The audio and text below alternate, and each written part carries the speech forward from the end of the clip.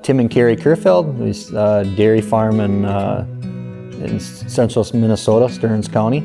It's a family-run operation. We milk 280 cows and have 280 heifers on the farm. We also do some custom farming for other people. So we'd like to invite everybody to come out to breakfast on the farm in June, first weekend in June in 2021, and hopefully drive through the farm and find something you want to look at and ask questions you want to ask.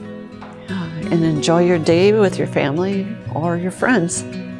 We farm here with our son Nicholas and his wife Kristen and their daughter Carly, daughter Jessica with her fiance Michael, and son Nathan, son Isaac, and the youngest one Riley. So we started as a 50 cow herd, tie stall barn, and throughout the years we decided to expand. We built a freestall barn and a double 8 parallel parlor in '95, and I think with the success that we've had, you got natural growth with it, so we kept on building off of that, and came into the custom harvesting business, and then the dairy also kept on expanding. 2019, we added 4 robots to the operation to make things a little more efficient and milk a few more cows to make the margins meet. Early in the morning at 6:30, usually the milk truck comes and picks up our milk and brings it to the plant. Locally, it's pretty much Bongart's cheese, and you can find it regularly in any store, local store. Yeah, I believe we still know the cows or animals just as good, or maybe even a little better. They get a little more individual attention, especially when you see their number come across the screen that she might have hiccuped, and you should maybe check up on her. But just walking through the barn, you have a little more time, giving more individual time to those animals through a robot system. So the cow wants to get milked, and so she'll automatically go in on her own to get milked because she wants to be milked. They're allowed to milk up to 6 times a day, depending on their lactation. And then as they go through their lactation, they're slowly restricted to less times a day. There's a ration that I follow. That ration comes from the cow's personal nutritionist. They test the feed to get all the nutrients, and then they balance it in their program so that the cow gets all their nutrients and vitamins and minerals and fiber, so it's all perfect every day. And then I follow the ration and mix it to feed it to them every day. If there's changes in let's say in the corn or in the hay that doesn't have as much protein or doesn't have as much starch, the nutritionist changes their ration, and then I follow that ration to change it so their diet always stays perfect every time. Well, it's important for us to raise our kids on the farm. Biggest thing is that we can have them by our side.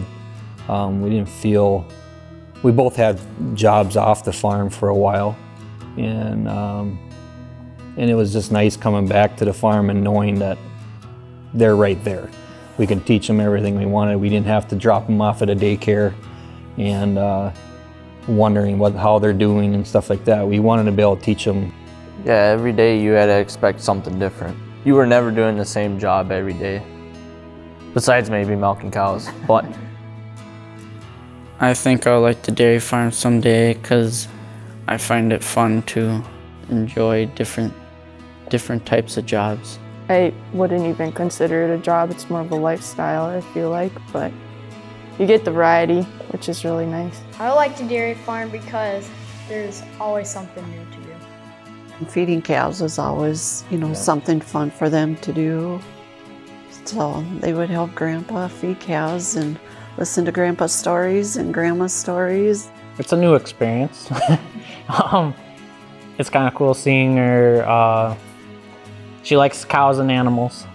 She likes to watch them and sometimes copies them, wants to eat their feed. But it's really cool seeing her grow up and learning new things even as a 1.5-year-old, how much she knows about cows.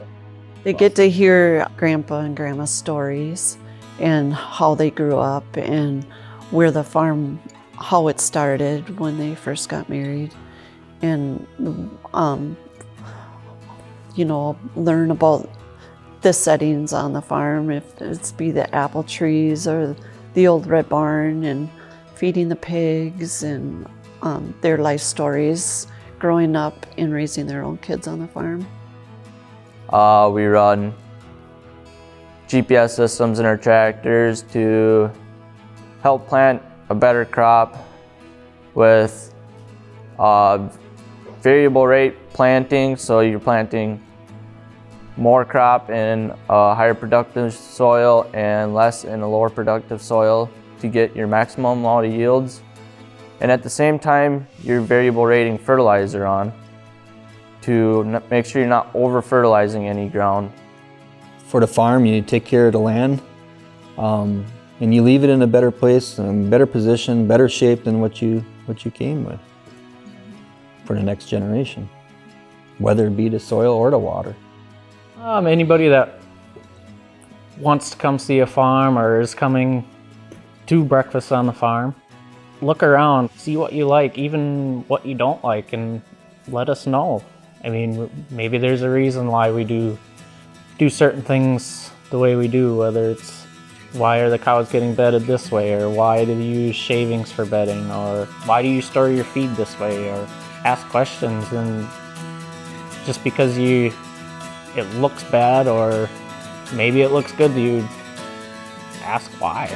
I want everybody to feel welcome to come to a farm, and I want them to know that just about any farmer is going to help answer any questions, and that they should be able to feel comfortable asking those questions to a farmer versus a non-farmer. I think the most important thing that I see when they come to visit breakfast on the farm, which is now a drive-through, is that they recognize how comfortable the animals are in their environment.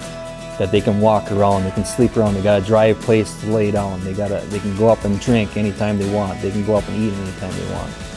And I want them to take that home with them and know that the food that they put on their table for their kids to eat is good, wholesome food. It's raised right, it's raised humane, and it's something they can be proud of. What gets us excited about the future of the farm is, watching our kids grow up and having an interest in the farming. That probably gets us more excited than anything, that they want to continue on with that. And we see the technology coming. And technology is changing faster and faster every year. And it's to try to be able to grab the right technology and use it for the time you have it, so that the next generation can keep going with it.